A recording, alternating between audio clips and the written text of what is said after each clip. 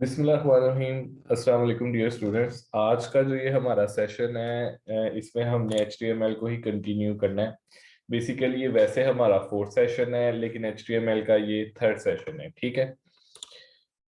अभी तक हमने आपको HTML क्या है, HTML कैसे काम करता है, इसमें इसका आपके प्रोजेक्ट के अंदर क्या अमल दखल है, और आप किस तरीके से अपना कंटेंट लिखते हो, और मुख्तलिफ कंटेंट आपको लिखना बताया, आपको कलर्स लगाना बताया, आपको हमने इमेज कैसे लगाते हैं हमने आपको वो बताया। HTML का पूरा जो एक स्ट्रक्चर होता है कोड को देखने का, लिखने का, और उसमें बहुत से स्टूडेंट्स ने प्रैक्टिस करके मुझे इनबॉक्स भी किया। तो काइंडली सब स्टूडेंट्स जो हैं जिन्होंने अभी तक प्रैक्टिस नहीं स्टार्ट की, वो काइंडली प्रैक्टिस करें। आज का ये जो हमारा सेशन है, ये बेसिकली मिड टर्म से पहले तक का लास्ट सेशन है। ठीक है। अभी आपके मिड टर्म्स होंगे, उसके अंदर फिर SRS को हम फाइनल करेंगे, और फिर उसके बाद जो है ना बाकी के सेशंस जो है मिड टर्म के बाद होंगे। ठीक है। तो तब तक जितने हमने ये सेशंस करवा दिए हुए हैं, आप इनको अच्छी तरीके से रिपीट करें।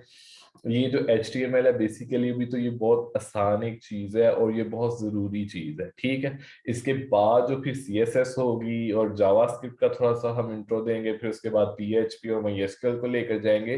तो उसमें आपको बहुत ज्यादा मेहनत करनी पड़ेगी। ठीक है। तो अभी से ही इसको आप प्रायोरिटी के ऊपर इसको काम को स्टार्ट करें, अपनी प्रैक्टिस करें, ग्रुप में शेयर करें अपनी वर्किंग, जहां से समझ नहीं आती वहां से पूछें, बाकी स्टूडेंट्स को भी क्लियर हो। ठीक है। आज हमने थोड़ा फॉर्मेटिंग को और आगे लेके चलना है। बेसिकली फॉर्मेटिंग इसीलिए भी जरूरी है, इसके ऊपर एडिशनल एक थोड़ा सा मैं आपको सेशन इसीलिए भी दे रहा हूँ कि जब आपका बेसिकली प्रोजेक्ट चल रहा है ना, उसको इस तरीके से नजर नहीं आना चाहिए कि एक एक रैंडम सी कोई चीज वेब बनाई है, कोई जो है वो छोटा है, कोई बड़ा है, टेक्स्ट कहीं, इमेज कहीं पे लगा हुआ है, और लाइन और विड्थ उसकी उसकी ओरिजिनल लाइन और विड्थ से, हाइट और विड्थ से डिफरेंट है। तो आपको ये सारी चीजें फॉर्मेटिंग, सबसे पहले तो आपका प्रोजेक्ट का चलकर जब आपने वाइवा देना है तो उसका इंटरफेस ही आएगा, यूजर इंटरफेस आएगा। तो वो जितना अच्छा होगा, जितना उसको आप अच्छे तरीके से एक्सप्लेन कर सकोगे, उतना ही आपका जो सुपरवाइजर है वो आपसे कन्विंस होगा। मैं पहले दिन से जो भी स्टूडेंट्स ग्रुप के अंदर या मुख्तलिफ जगहों पे डिस्कशन करते हैं, उनको हम ये बता रहे होते हैं कि आपका जो प्रोजेक्ट बनेगा, सपोज कोई स्कूल मैनेजमेंट सिस्टम है, बेबी सीटर है, ऑनलाइन असाइनमेंट एवुलेटर है, जितने भी प्रोजेक्ट्स हैं जो कि बहुत स्टूडेंट्स ने सिलेक्ट किए हुए हैं PHP के, वेब के, वो आपने सुपरवाइजर को एज अ प्रोडक्ट दिखाना है। ठीक है। आपने उसको ये नहीं बताना कि आपने इस तरह नहीं उसको महसूस करने देना कि आप एक स्टूडेंट हैं और आप कहीं इस पे कंफ्यूज हो रहे हैं। आपने जिस तरीके से मैं आपके साथ कम्युनिकेशन कर रहा हूँ, आपने इस तरह कम्युनिकेशन करना है। एक आहिस्ता लहजे में आपकी गुफ्तगू के अंदर जो है वो खलबली नहीं होनी चाहिए, आप नर्वस नहीं लग रहे होने चाहिए। ठीक है।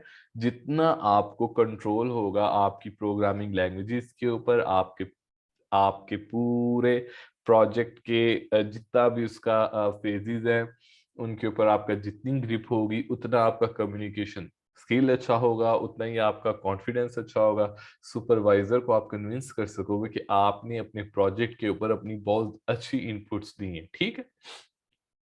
तो सबसे पहले आपका, क्योंकि इंटरफेस है, तो इंटरफेस को अभी तक हमने आपको टूल किट्स आपकी वो बना दी हुई हैं, जिन टूल किट्स के अंदर आप जिसके अंदर आप फॉर्मेटिंग कर सकते हैं, जिसके अंदर आप उसके कलर्स चेंज कर सकते हैं, उसमें कंटेंट को हेडिंग्स में 6 मुख्तलिफ हेडिंग्स में लिख सकते हैं, और अगर उन हेडिंग से भी ज्यादा या कम फॉन्ट करना चाहे तो CSS की एक स्टाइल की प्रॉपर्टी को यूज करके फॉन्ट साइज परसेंटेज के अंदर, और ये सारा कुछ आप कर सकते हैं। और अब आप इस काबिल हो चुके हुए हैं, अगर तो आप प्रैक्टिस करते आ रहे हैं या अभी भी आप प्रैक्टिस स्टार्ट करें, तो आप एक पूरे का पूरा लेटर, पूरी की पूरी एप्लीकेशन, और या फिर किसी भी तरह का कंटेंट, चाहे वो पैराग्राफ में, चाहे उसके साथ एक पोस्ट है, चाहे इमेज है, चाहे इमेज के नीचे कंटेंट है, या इमेज सेंटर में और साइड्स पर कंटेंट है, आप वो लिख सकते हैं। ठीक है,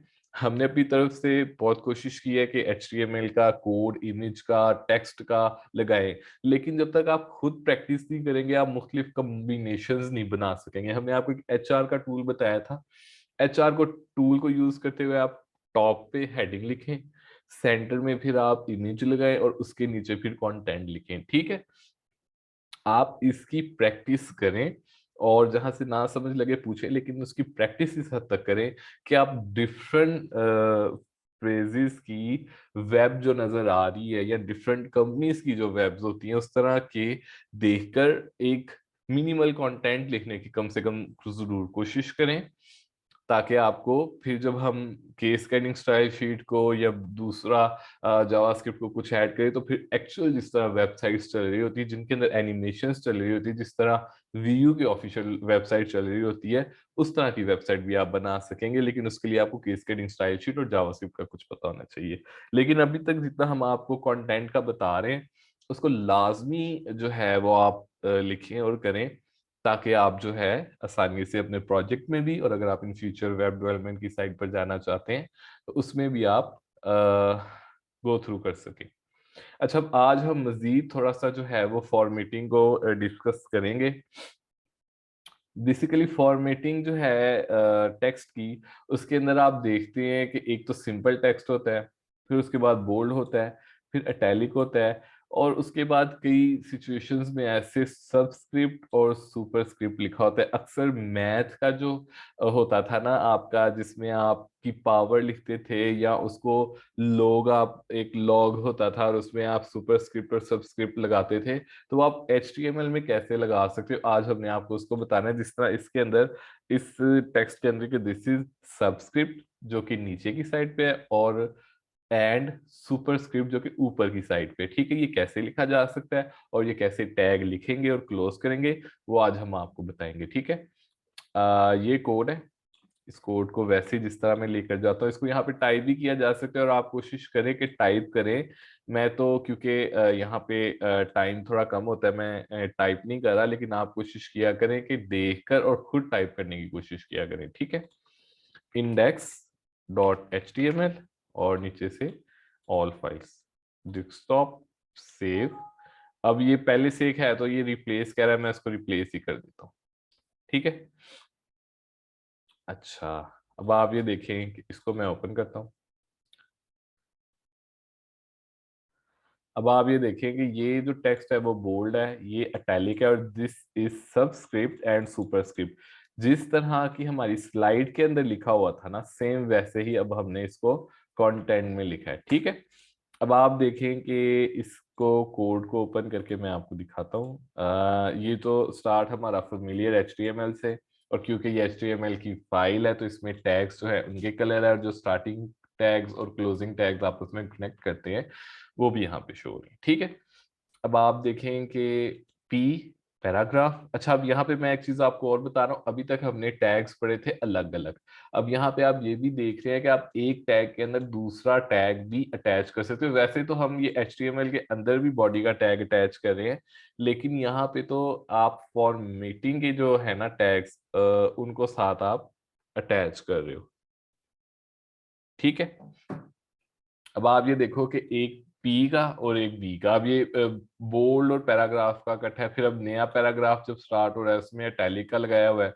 अब जो थर्ड वन है उसके अंदर हमने दिस इज सब, यानी कि सबस्क्रिप्ट का शॉर्ट फॉर्म सब, और ये सबस्क्रिप्ट है, और फिर ये टैग क्लोज। अब ये देखिए ये जो है आपस में कनेक्टेड है। फिर सुपरस्क्रिप्ट, और इसी तरह इसका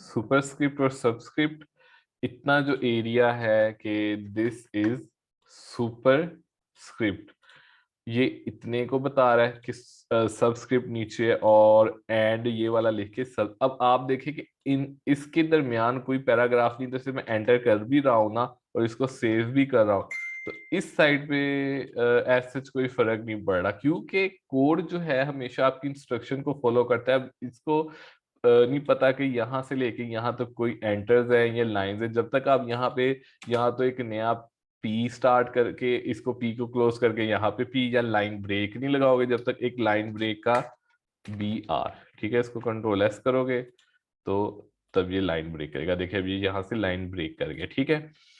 एक जो है, जो कि बंदा कंप्यूटर को नहीं इतना जानता, वो सिंपली एक कंप्यूटर का यूजर है, उसके लिए जो कंप्यूटर की मशीन है ना, वो एक बड़ी जबरदस्त मशीन है, ठीक है। लेकिन एक जो डेवलपर है ना,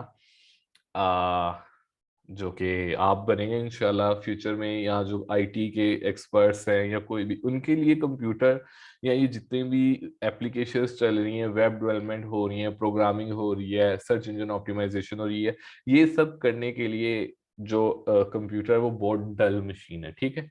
कंप्यूटर को आपको 2+2 करने के लिए भी ये बताना पड़ता है कि 2 क्या है, प्लस क्या है, फिर अगला 2 क्या है, और जब आपने इसको इक्वल करके जो आंसर देना है वो बेसिकली कहाँ पे स्टोर होगा और वो आंसर क्या होगा, और प्लस ऑपरेंड और ऑपरेटर किस लिए यूज होते हैं।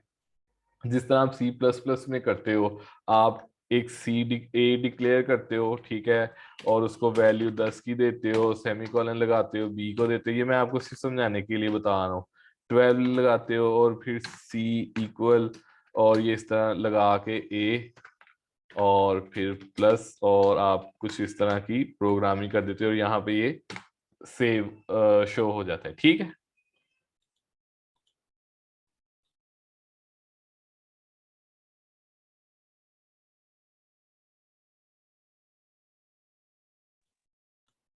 अच्छा, अब ये तो मैं आपको इसलिए एग्जांपल दे रहा था कि अब यहाँ पे भी क्योंकि हम सब स्क्रिप्ट और सुपर स्क्रिप्ट बता रहे थे, तो मैं यहाँ से जब एंटर कर रहा था तो क्योंकि कुछ नहीं हो रहा था, जैसे मैंने लाइन ब्रेक लगाया तो वो वहां पे शो होना स्टार्ट हो गया, ठीक है। सॉरी। तो एक डेवलपर के पॉइंट ऑफ व्यू से जो मशीन है वो एक बड़ी डल मशीन है, उसको एक एक चीज बतानी पड़ती है, लेकिन जब उसको बता दी जाती है तो उसकी आउटपुट जो है, या उसकी जो कैलकुलेशंस है, या उसकी जो वर्किंग मेथोडोलॉजी है, वो ह्यूमन से बहुत ज्यादा और इफेक्टिव है, ठीक है ना। तो सब स्टूडेंट्स को आवाज क्लियर आ रही है? बीच में कुछ आवाज का खलल आ गया था, मुझे बताइएगा कि सबको आवाज क्लियर आ रही है।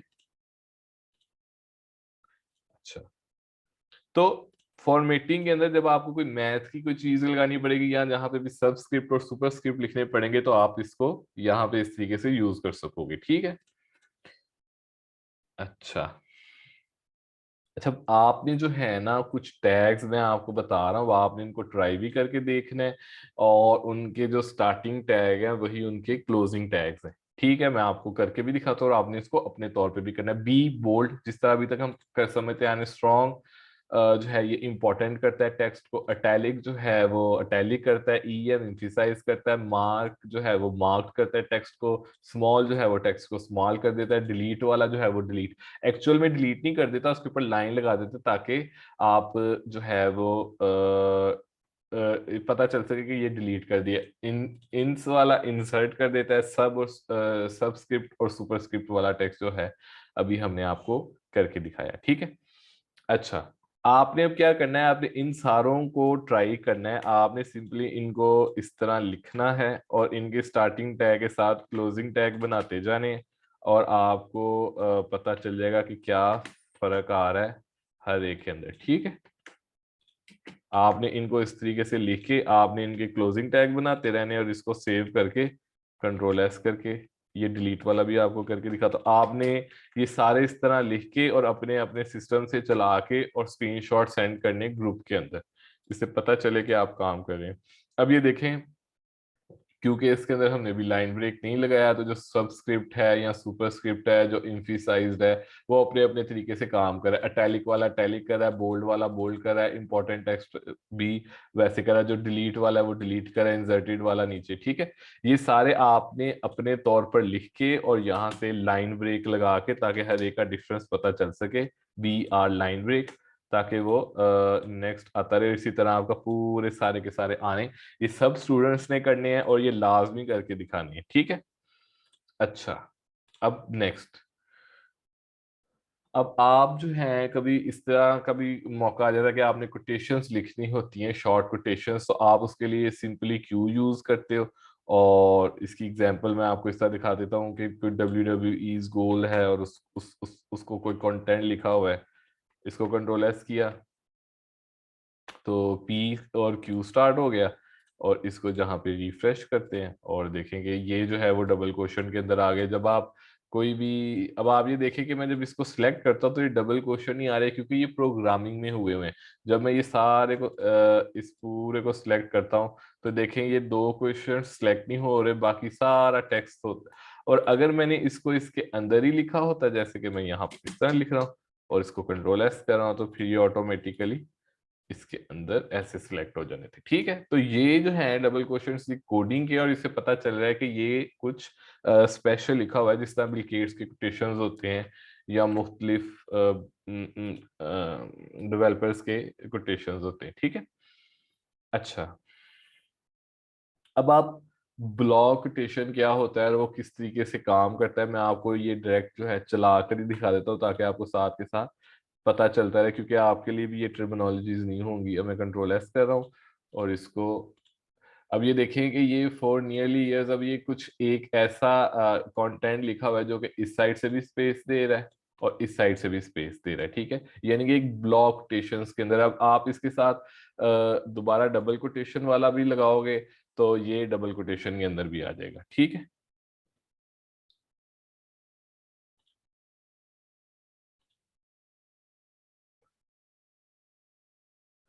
अच्छा, अब ये सारा फॉर्मेटिंग का है। ठीक है, अब उसके बाद एब्रीविएशन का एक होता है कि अगर आपने कोई लॉन्ग एब्रीविएशन लिखी हुई है और उसको आपने शो करवाना है स्मॉल में, या उसको किस तरीके से मैनेज करना है, मैं आपको, अब ये ब्लॉक कोटेशन आपने याद रखना है, और ये एब्रीविएशन टाइटल और फिर एब्रीविएशन क्लोज और फिर आगे से कंटेंट। ठीक है, कंट्रोल एस किया और इसको रिफ्रेश किया। अब ये देखें the who was founded in 1948। अब इसमें हु क्योंकि एक एब्रीविएशन है, उसमें उसका क्या मतलब है, वर्ल्ड हेल्थ ऑर्गेनाइजेशन। ठीक है, अब आप इस तरह के मुख्तलिफ जगहों पे जिस तरह वीयू लिखा होता है तो आप उसको वर्चुअल यूनिवर्सिटी कर सकते हो, और जो आप लिखोगे उसको आपको टाइटल में लिखना पड़ेगा। ठीक है, मिसाल के तौर पर जिस तरह मैं कहता हूँ के वीयू, और इसको मैं कहता हूँ कि अब जो नया बंदा है उसको पता ही नहीं है कि, सॉरी, के व्यू क्या है, तो वर्चुअल यूनिवर्सिटी, तो कंट्रोल एस किया और इसको यहाँ से रिफ्रेश कर दिया, द व्यू वाज फाउंडेड। ठीक है, अब ये वर्चुअल यूनिवर्सिटी है, तो आप इस तरीके से इसको एब्रीविएशन को भी लिख सकते हैं। उसके बाद कमेंट्स जो हैं वो बहुत ज़रूरी होते हैं। कमेंट्स ये होते हैं कि आपने अगर किसी के साथ काम शेयर करना है अपना, तो अगर आपने ये लिखे होंगे कमेंट्स, तो अगले को जो है ना वो प्रोग्रामिंग आपकी समझने में, जिस तरह आप C++ में करते थे, अब यहाँ पे मैं लिख देता हूँ कि आई यूज कुछ भी दूसरे डेवलपर को बताने का, I use this method in HTML and other in CSS। ठीक है, कंट्रोल एस करूंगा, ये आपके बिल्कुल भी जिस तरह आप C++ में करते थे आपके वहां पे कहीं पे भी शो नहीं होगा, लेकिन आपके कंटेंट में लिखा होगा। आपने ये इस तरीके से लिखना है कि आपने एंगल ब्रैकेट लगाना है, ये जो है जो होता है क्वेश्चन मार्क, ये वाला आपने इसका आइकॉन लगा के डैशेस और फिर आई यूज दिस, और फिर इसी तरह इसको क्लोज इस तरीके से करना है। अब ये टैग से मुख्तलिफ है, लेकिन कमेंट्स लिखने का इसमें HTML में यही सिंटैक्स है। ठीक है, comments are not displayed by the browser, के ब्राउजर में ये डिस्प्ले नहीं होते, लेकिन ये आपको डॉक्यूमेंट के अंदर सोर्स कोड में नजर आ रहे होते ताकि आप किसी और के साथ वर्किंग शेयर कर सको। अच्छा, कलर्स जो हैं HTML के अंदर, HTML के कलर्स में कल भी क्वेश्चन हुआ था, कलर्स को दिखाने का मुख्तलिफ तरीके। एक तो ये है कि इसमें जो नाम होते हैं ना, जो कि मखसूस नाम होते हैं, या उनके जो है ना मखसूस नाम होते हैं, या इनके जो हैं वो आम फहम यूज होते हैं, जिसमें टोमेटो ऑरेंज ग्रे कलर के या वायलेट कलर के, तो वो तो आप डायरेक्ट लिख सकते हो, ग्रीन ब्लू येलो, जो कि फेमस है। ठीक है, लेकिन कई बार हमें मिक्सिंग करके करने पड़ते हैं, तो मिक्सिंग करके हम क्या करते हैं कि वो हेक्सा या HSL या RGB, ये कुछ रेड ग्रीन ब्लू और हेक्सा कलर्स के होते हैं जिनमें आसानी से आप कलर की मिक्सिंग कर सकते हो। ठीक है, ये मैंने आपको बैकग्राउंड कलर लगाना तो आपको बता ही दिया था। मैं आपको एक बार फिर इसको चला कर दिखा देता हूँ।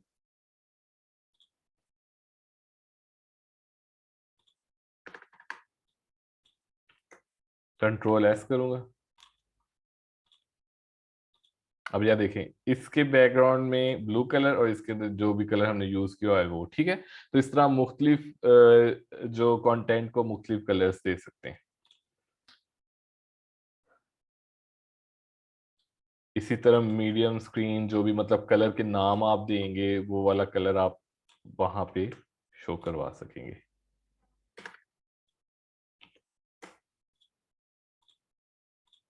ये देखें, पहले हम कलर दे रहे थे पूरे बैकग्राउंड को, अब कलर दे रहे हैं हम सिर्फ स्पेसिफिक उसको, टेक्स्ट को। ठीक है, यहाँ पे देखिए तो बैकग्राउंड कलर का टैग लगा स्पेशल एट्रीब्यूट, और यहाँ पे सिर्फ कलर लगा हुआ है। तो ये उस स्पेसिफिक को कलर को उस कंटेंट को चेंज कर रहा है, यहाँ पे उसका बैकग्राउंड चेंज कर रहा है। ठीक है, अब आप दोनों एक साथ भी लगा सकते हो। आप चाहते हो कि बैकग्राउंड कलर तो इसका ब्लू हो और इसका फ्रंट कलर ये हो, ठीक है ना, तो अब यही टैग इसके साथ स्पेशल एट्रीब्यूट यहाँ पे भी यूज कर सकते हो। ठीक है, control S, control V, control S। ठीक है, अब ये इसका बैकग्राउंड क्योंकि वो मिक्स हो गया है तो इसीलिए शो नहीं हो रहा।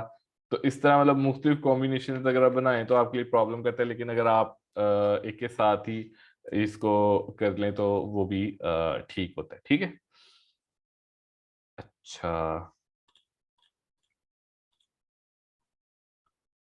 RGB का ये है कि 0 से लेके 255 तक की एक वैल्यू होती है जो हम मुख्तलिफ तीन को देते हैं। पहला रेड के लिए होता है, दूसरा ग्रीन के लिए और तीसरा ब्लू के लिए। 0 से 255 की इसकी इंटेंसिटी होती है। आप जितना एक को स्ट्रॉन्ग करेंगे और दूसरे को क्लोज करेंगे, उसके कॉम्बिनेशन से कोई ना कोई कलर बन जाएगा। ठीक है, अब जैसे सबको 0 कर देंगे तो कोई कलर नहीं, तो वो ब्लैक कलर शो करेगा, और सबको 255 कर देंगे तो वो व्हाइट कलर बन जाएगा। ठीक है, मैं आपको इसका जो है इन इन कलर कॉम्बिनेशंस का इंशाल्लाह नेक्स्ट क्लास में बताऊंगा कि इनको आपने कैसे यूज करना है। ठीक है, कलर कॉम्बिनेशंस को समझना इसलिए भी जरूरी है क्योंकि प्रोजेक्ट में जितने आपकी थीम्स होंगी आपने हर पेज का सेम कलर रखना है। ठीक है, ये रेड ग्रीन ब्लू वाले को समझने के लिए थोड़ा टाइम रिक्वायर्ड है। इसके इसमें कितनी वैल्यूज को ज्यादा कम करना है इंशाल्लाह ये मैं आपको नेक्स्ट सेशन में बताऊंगा। और थोड़ा सा आज मैं आपको ये भी बताऊं कि जो CSS है ना, केस गेटिंग स्टाइल शीट, इस पे भी हम प्रॉपर सेशंस करेंगे, लेकिन ये HTML के साथ इनलाइन इंटरनल और एक्सटर्नल तरीके से जो है ना कंबाइन होती है, और ये बहुत ज्यादा आपका काम सेव करती है। जहां पे हम डबल डबल लगा रहे थे ना पैराग्राफ और H1, अब H1 के अंदर हम, अब जहां पे भी हमने H1 यूज करना है उसका बैकग्राउंड कलर ब्लू करना है, तो हमें हर एक जगह पे ये बैकग्राउंड कलर को लिखना पड़ेगा। लेकिन हम केस कटिंग स्टाइल शीट को यूज करते हुए हम इनलाइन, एक्सटर्नल और इंटरनल तीन तरीके हैं जिनको भी हम आगे जाके डिटेल में बताएंगे। तो हम एक ही जगह पे एक टैग की प्रॉपर्टी बता देते हैं कि H1 जहां पे भी है उसका कलर ब्लू रहे, उसका कंटेंट का कलर ब्लू रहे। एक बार जब हम उसमें लिख देते हैं तो वो जितनी भी जगहों पे लिखा जाएगा हमारा बहुत ज्यादा ये काम बचाएगा। और CSS को यूज करने का मकसद ये भी होता है कि जितनी बाउंड्रीज होती है ना HTML की, उन बाउंड्रीज से बाहर निकल के जो है ना हम काम कर सकते हैं। ठीक है, तो HTML और CSS जो है वो आपके फ्रंट एंड को, कंटेंट को अच्छा बनाएंगे। HTML सिर्फ कंटेंट लिख रहा है, CSS जब हम सीखेंगे तो आपका मजीद जो जान आएगी आपके वेब पेज के अंदर, उसकी उसकी कलरिंग, उसका उसकी उसकी जो यूजर इंटरफेस के अंदर उसकी एनिमेशंस या इस तरह की चीजें CSS को यूज करते हुए हम लगाएंगे। और उसके बाद जो उसकी फंक्शनल ओरिएंटेड लेयर है वो जावास्क्रिप्ट के अंदर, और फिर PHP और MySQL में बैकएंड बनेगा। ठीक है, मैं आपको बार बार कह रहा हूं कि जितना भी मैंने अभी तक आपको करवा दिया आप उसको यूज करते हुए एक CV बना सकते हैं। आप उसका लेटर, एप्लीकेशन, कुछ भी कंटेंट जो माइक्रोसॉफ्ट ऑफिस में लिखते हैं आप आसानी से वेब के अंदर बना सकते हैं। ठीक है, अब आपके क्योंकि मिड टर्म्स होने हैं, अगर आपके पास दरमियान में भी कुछ टाइम निकले या मिड टर्म्स के बाद जो कुछ टाइम होगा, आप इसके ऊपर वर्किंग कीजिएगा लाजमी, ताकि आपको कम से कम ये जो हमने 4-5 सेशंस किए हैं आपको ये क्लियर है, ताकि फिर जो नेक्स्ट हम सेशन करें आपको ये पीछे वाली चीजें रिपीट ना करनी पड़े। ठीक है, मैं आपको बार बार बता रहा हूँ कि जो प्रोजेक्ट है वो आपका नॉर्मल सब्जेक्ट नहीं है। आप लास्ट नाइट इसको स्टडी नहीं कर सकते, आपको इसको कंटिन्यूसली स्टडी करना पड़ेगा, तभी आप आसानी से वाइवा दे सकोगे, कॉन्फिडेंस से दे सकोगे। पहला इंटरेक्शन अगर आपका अच्छा हो गया आपके सुपरवाइजर के साथ, तो आपको गुड बुक में लिखेगा वो, और आपको अच्छे मार्क्स देगा, आपसे आगे चलकर भी आसान सवाल पूछेगा। लेकिन अगर आपने पहला इंप्रेशन ही अच्छा ना दिया, आपको टैग्स का ना पता हुआ, आपको पीएचपी की प्रोग्रामिंग का ना पता हुआ, जावास्क्रिप्ट का, सीएसएस का, इन टर्मिनोलॉजीज का ना पता हुआ, और इनके अंदर टैग्स क्या होते हैं, बैकग्राउंड कलर क्या होते हैं, स्पेशल एट्रीब्यूट्स क्या होते हैं, बी टैग किस लिए यूज होता है, और एचटीएमएल टैग स्टार्ट होता है तो क्लोज कैसे होता है, बॉडी का टैग, इमेज लगाना, उसका हाइट विड्थ, स्पेशल एट्रीब्यूट्स, ये सारी चीजें, ये टर्मिनोलॉजीज या ये जो वोकेबलरी है वेब की, जो यू हर एक सेंटेंस, एक जो डिपार्टमेंट होता है उसकी एक अपनी वोकेबलरी होती है। उस वोकेबलरी को जब आप समझते हैं तो फिर ही आप आसानी से उस चीज को भी समझ सकते हैं और उसको एक्सप्लेन भी कर सकते हैं। तो काइंडली इन सब चीजों को गौर से पढ़ें, प्रैक्टिकल करें, जहां से नहीं समझ आता वहां से पूछें, ठीक है। अब अगर आप कोई क्वेश्चन पूछना चाहते हैं तो पूछें इंशाल्लाह। अब हमारी ये लास्ट क्लास है, मिड टर्म के बाद हमारी नेक्स्ट क्लास स्टार्ट होगी, क्लासेस स्टार्ट होंगी, तब तक आप अपने पेपर्स दें, हम आपका एसआरएस जो है उसको कंप्लीट करें, और आप जो है जब आपको टाइम मिले तो आप इसके ऊपर भी प्रैक्टिस लाजमी करें। कोई क्वेश्चन है अगर आपका तो वो लाजमी पूछें।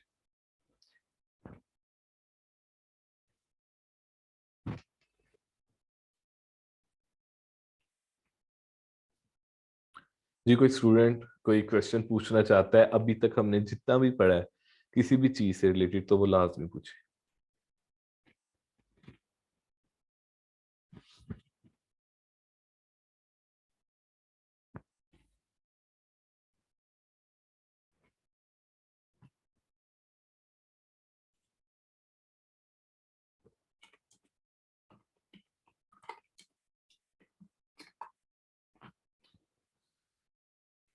सबको आवाज आ रही है? अगर कोई स्टूडेंट कोई क्वेश्चन करना चाहते हैं तो करें लाजमी, ताकि बाकी स्टूडेंट्स को भी क्लियर हो।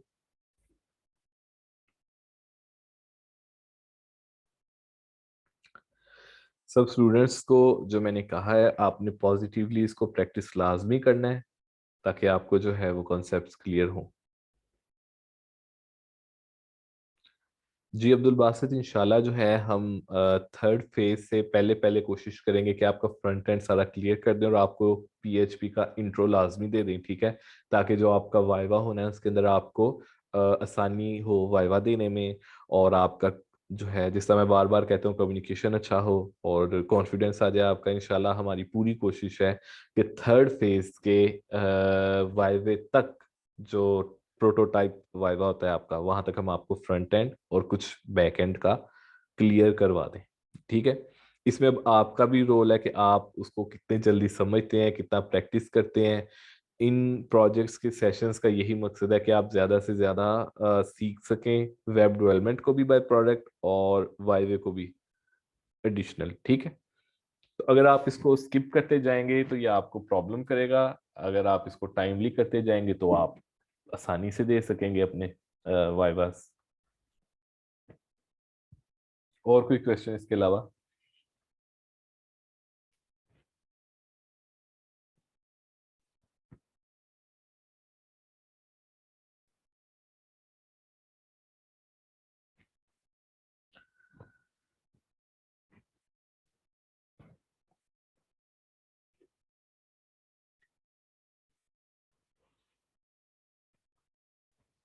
आपने कोशिश करनी है कि जितने भी टैग्स हमने आपको अभी तक करवाए हैं ना, उन वीडियोस के अंदर आपको शो तो होते रहेंगे। जहां पे भी कोड है वहां पे वीडियो को पॉज करके उस टैग को लिख लें अपने पास, और कोशिश करें कि एक वेब पेज ऐसा बनाएं, ठीक है, जिसके अंदर सारे टैग्स यूज हुए हों, जो कि अब तक मेरे ख्याल से कोई 15-20 या इससे भी ज्यादा आपको टैग्स बता दिए हुए हैं, और उनकी वर्किंग भी समझा दी गई है।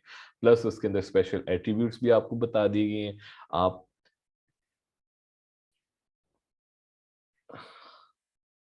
जी, आपको एसआरएस के ऊपर फिलहाल कोई वर्किंग करने की जरूरत नहीं, क्योंकि उसका वाइवा एंड में होगा इंशाल्लाह। एसआरएस अभी आपकी सबमिट हो जाएगी, और आपको जो है ना हम एंड पे जब एसआरएस का वाइवा होगा तब आपको उसके बारे में समझाएंगे कि एसआरएस क्या है। अभी आपको एसआरएस के ऊपर कोई वर्किंग करने की जरूरत नहीं, आपको सिर्फ जो सेशंस हमने करवाए हैं उनको अच्छी तरीके से करने की जरूरत है। और उसको जितना भी प्रैक्टिस करें वो आपके लिए बेहतर है। और आप अपनी लैंग्वेज के ऊपर, अपने कम्युनिकेशन के ऊपर भी कुछ काम करें, और आप अपने सुपरवाइजर से किस तरीके से प्रेजेंटेशन करेंगे उसके ऊपर भी हम बकायदा एक पूरा सेशन आपको देंगे।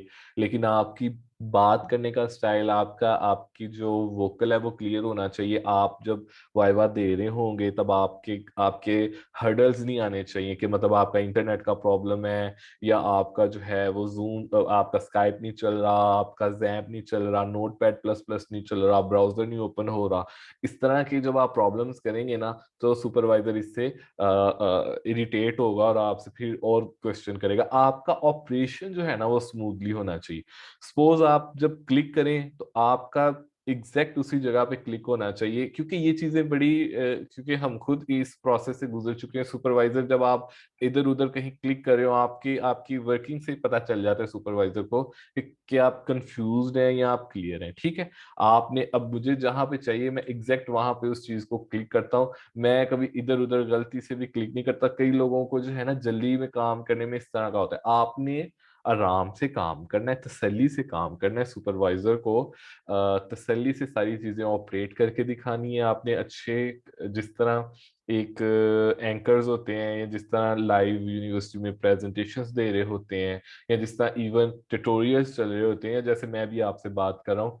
एक एक जो चीज है वो क्लियरली समझ आनी चाहिए आपके सुपरवाइजर को। ठीक है, तो आपको स्पेसिफिक जब वाइवा होगा ना, हर स्टूडेंट का जो अलग अलग है प्रोटोटाइप, और अलग अलग ही आपकी असाइनमेंट आनी है, सेम नहीं आनी सबकी। सबकी अलग अलग आनी है जिनका प्रोजेक्ट अलग अलग है।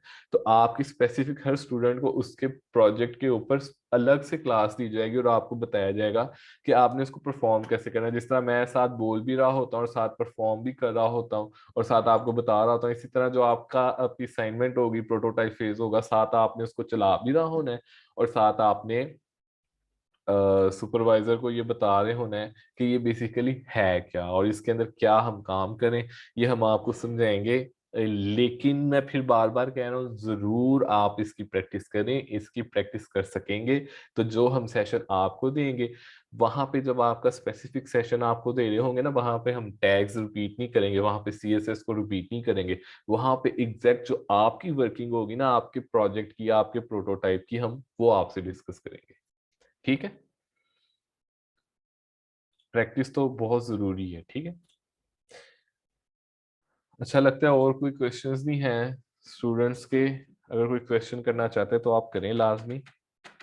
बाकी इंशाल्लाह अब आपसे मिड टर्म के बाद होगी बात।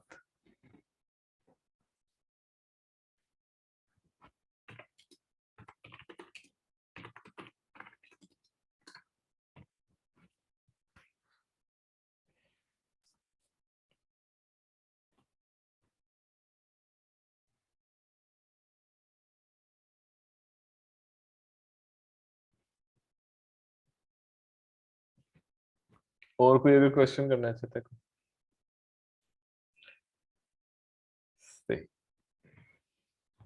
ऑलमोस्ट सब स्टूडेंट्स कह रहे हैं कि कोई क्वेश्चन नहीं करना, तो हम यहाँ पे मीटिंग क्लोज करते हैं। तो इंशाल्लाह ये जो वीडियो है ना आपको शेयर करते हैं फिर यूट्यूब के ऊपर। Okay, thank you, Allah Hafiz.